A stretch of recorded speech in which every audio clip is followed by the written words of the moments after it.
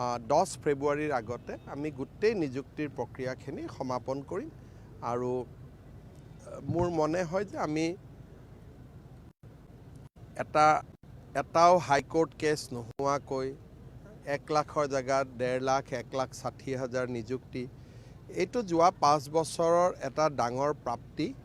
আৰু মই ভাবোঁ যে এই গোটেই মডেলটো ইতিমধ্যে বিভিন্ন ৰাজ্যই আমাৰ লগত কথা পাতি তেওঁলোকে আমাৰ পৰা লৈও গৈছে লাহে লাহে গোটেই ভাৰততে এই নিযুক্তিৰ প্ৰক্ৰিয়াটো এটা আদৰ্শ হিচাপে বহুত ৰাজ্যই আমাৰ পৰা লৈ যাব এডিআৰই থাৰ্ড ইলেকশ্যনৰ পিছত এইকেইটা দিনটো আৰু নিযুক্তি এইটোতো আৰু বিহু গ'লে ইলেকশ্যনৰ ডেটে এনাউন্স হৈ যাব দেখোন যোৱাবাৰ 27 ফেব্ৰুৱাৰীত ইলেকশ্যন এনাউন্সে হৈছিল 1,70,75 এনেকুৱা ভিতৰত হ'ব গোটেই নিযুক্তিটো আৰু ইয়াত আমি কণ্ট্ৰেকচুৱেলখিনি যোগ কৰা নাই যিবিলাক কণ্ট্ৰেকচুৱেল আছে সেইখিনি বেলেগ কণ্ট্ৰেকচুৱেলতো মই লিষ্টখন দিম তাতো 50-60,000 আমি দিছোঁ যোৱা 5 বছৰত কিন্তু এতিয়ালৈকে মই কণ্ট্ৰেকচুৱেলৰ লিষ্টখন বনোৱা নাই কাৰণ আমি ৰেগুলাৰ এপইণ্টমেণ্টখিনি এতিয়া কৈ আছোঁ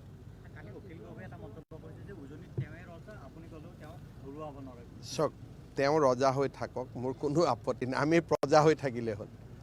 তেওঁ ৰজা হৈ থাকিলে ভাল আমি প্ৰজা হৈ থাকিলে ভাল খালি অখিল গগৈ যাতে ফেচবুক লাইভ কৰাটো এৰি নিদিয়ে ৰাতি চাই ভাল লাগে যোৱাকালি কি কৈছে তেওঁ ইংলেণ্ড আমেৰিকাৰ পৰা উকিল আনিব তেওঁ ইমানখিনিও নাজানে যে ইংলেণ্ড আমেৰিকাৰ উকিলে ভাৰতৰ কোৰ্টত থিয় হ'ব নোৱাৰে আইন মতেই থিয় হ'ব নোৱাৰে ফৰেন এডভোকেট ইণ্ডিয়াৰ কোৰ্টত খাৰাই হ'ব নোৱাৰে এইটো আইনগতভাৱে বেন কৰা আছে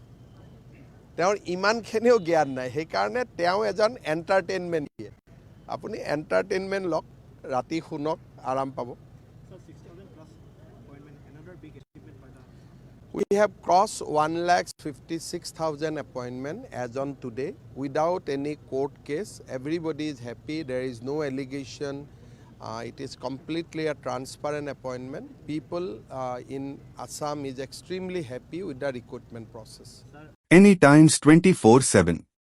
Your news, your voice.